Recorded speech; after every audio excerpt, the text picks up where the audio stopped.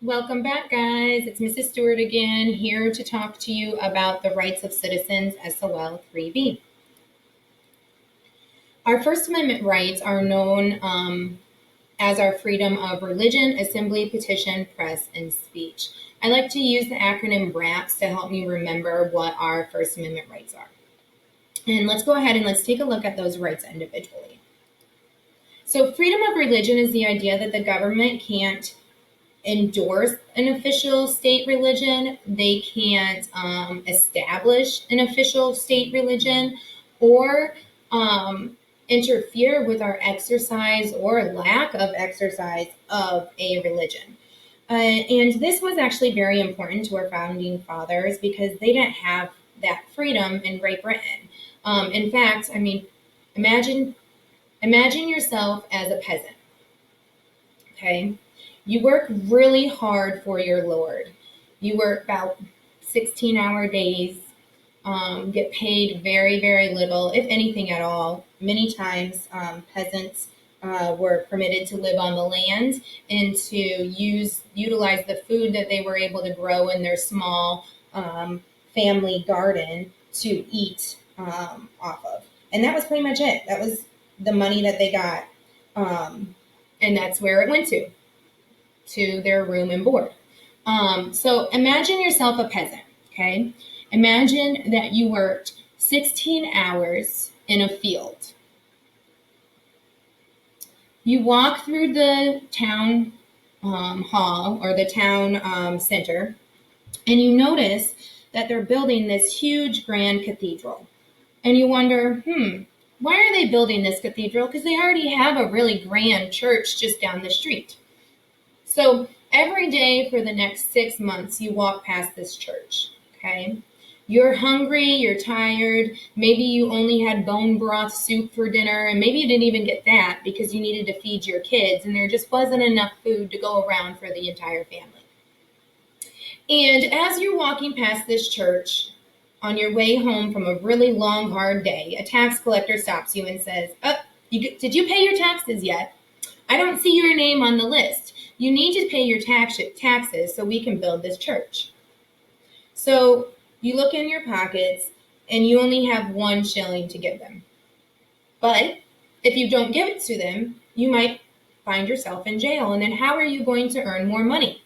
So you give them the money that you have. And if you don't have it, maybe they come to your house and they take the only goat that you have that provides milk for your family. So about a couple weeks later, you're walking back to work and you happen to notice that the church is completed and that there are people going into the church. And you go to walk into the church and they say, nope, you're not invited in here because you are not a lord. You are a peasant.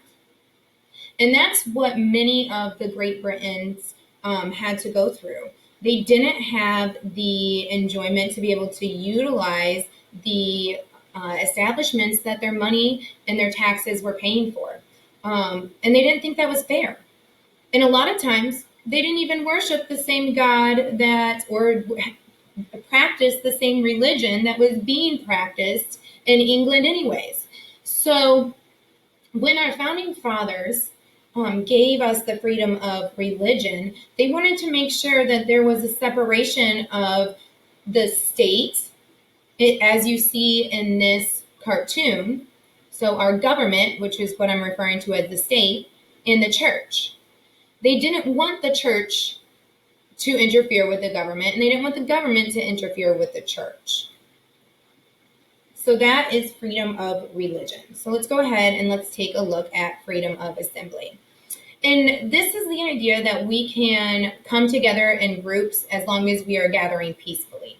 So when it becomes, when it's no longer peaceful, then it actually is, depending on the state and how they refer to it, but it's actually you are breaking the law when it is no longer peaceful. But as long as we are gathering peacefully, then we have that freedom to do so. And this was important to the founding fathers because they wanted to be sure that we could assemble together for religion. We could assemble together to go to school. I don't think they could foresee the mall, but they did have markets. So assemble together to go to the market.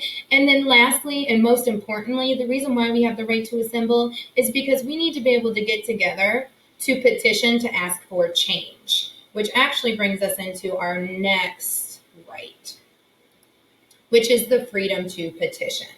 And petitioning is just the idea of formally requesting change. So you're asking our government officials to change something. And you can petition the government in lots of different ways. It's not just paper pencil, like many of you are probably familiar with or have seen on TV, or maybe have seen like going door to door locally. That's actually a pretty popular way to get a petition around, is to go door to door and ask people to sign their name to the petition to bring to like the city council, for example.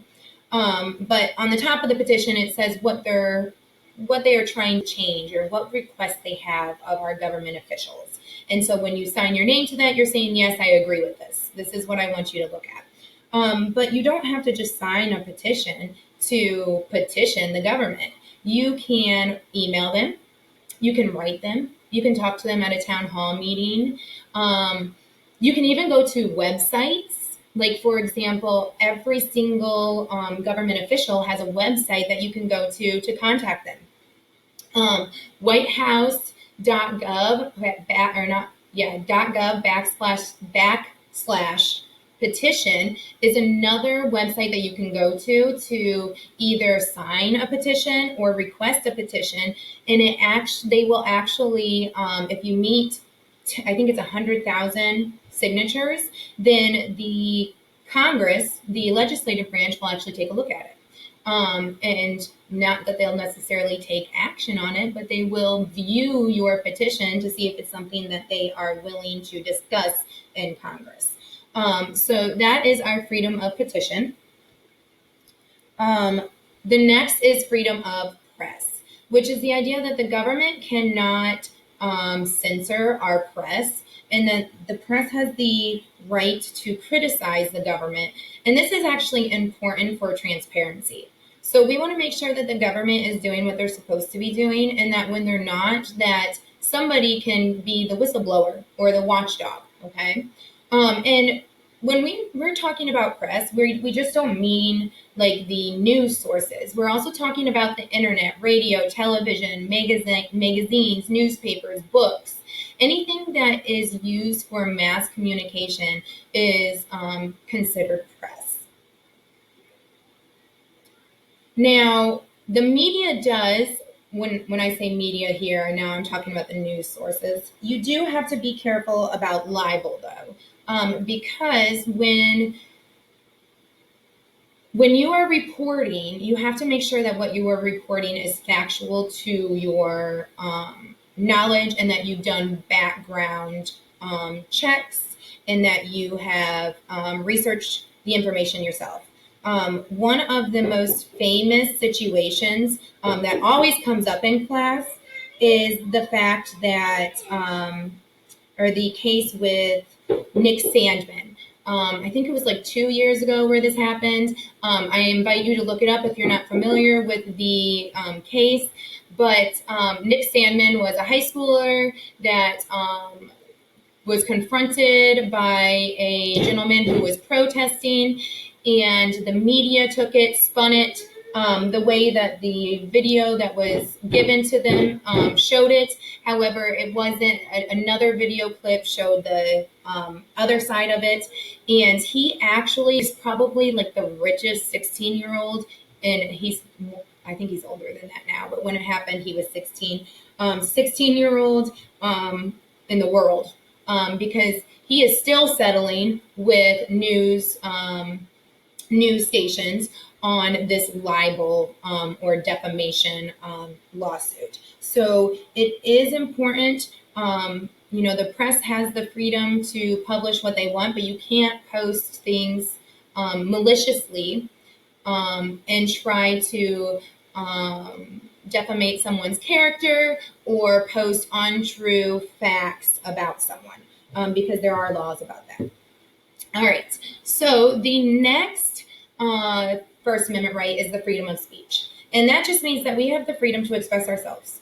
We can say what we want as long as what we are saying is not inciting violence or hurting other people. So what that means is it's not hurting your feelings, but it's going to cause a panic that is going to end up resulting in the physical ailment of somebody else. Okay, so for example, if you were in a movie theater and you shouted fire, well, what can you expect to happen? People are going to start panicking and running out of the movie theater. Well, if there was no fire, then you're going to get in trouble. That's not freedom of speech, to incite a mass panic or violence. That's kind of where our speech, freedom of speech rights does not qualify. Okay, so other than that, as long as you are not inciting violence or inciting mass panic, then you do have the right to express your opinions and your own beliefs.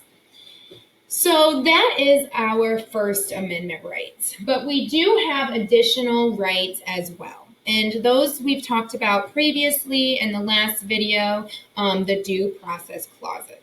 So due process is just that series of steps that have to be followed when somebody is accused of a crime. Those include things like protecting us from unreasonable search and seizure, the right to a fair trial, the right to consult a lawyer, freedom from self-incrimination. I'm sure many of you have heard on TV, like, I plead the fifth. That's what they're talking about. You don't have to say anything that is going to incriminate yourself. When I say incriminate, I mean something that is going to accuse you or show your guilt of a crime. Okay. You also have the right to know what crime you are accused of and the right to confront your accuser. So I know many of you are probably very familiar with Miranda rights. If you ever watch any like Law and Order type show, when they arrest somebody, they say you have the right to an attorney. Anything you say can and will be held against you in the court of law, that type of a thing. So that's our Miranda rights. That was a law or a case, a Supreme Court case that was in like the 1960s. I want to say 68, but don't quote me on that. It was Miranda versus the state of Arizona, I believe, as well. Don't quote me on that either. You can look it up to be certain. But basically, it was a Supreme Court case that stated that when an individual is arrested for a crime, that the police officers had to read them their due process rights to make sure that they know what they are, and that they don't accidentally incriminate themselves, or they don't, talk to the police without a lawyer, that type of a thing. If they wanted a lawyer, I guess you don't have to have a lawyer. You can always talk to the police without a lawyer.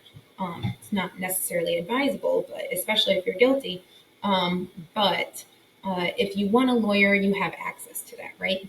So let's go ahead and let's take a look at two of the amendments, due process amendments, that you are going to have to know for your SOL.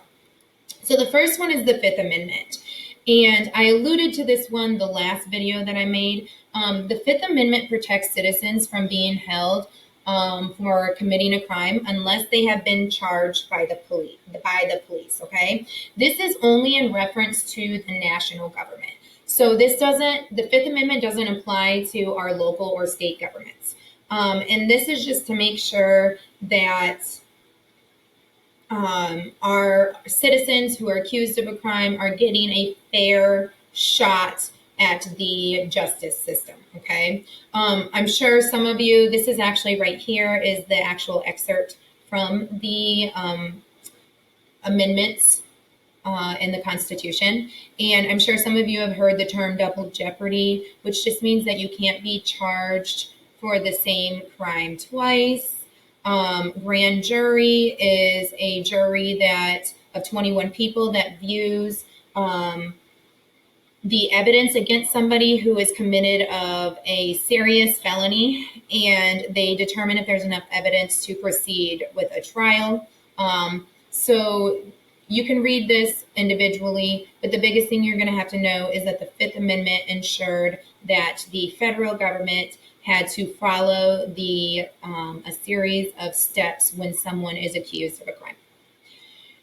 So the second amendment that you all are going to have to know is the 14th Amendment. And remember, this is the amendment that defines citizenship as somebody who was born or naturalized.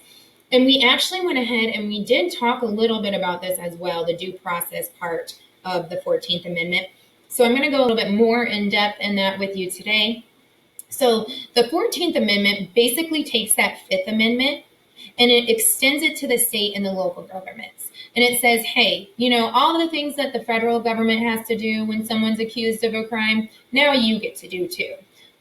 So it states that no state shall deprive a person, a citizen, and actually it doesn't just apply to citizens, it applies to anybody that comes to the United States without due process of the law. So everybody gets those due process rights that we looked at a couple of slides ago.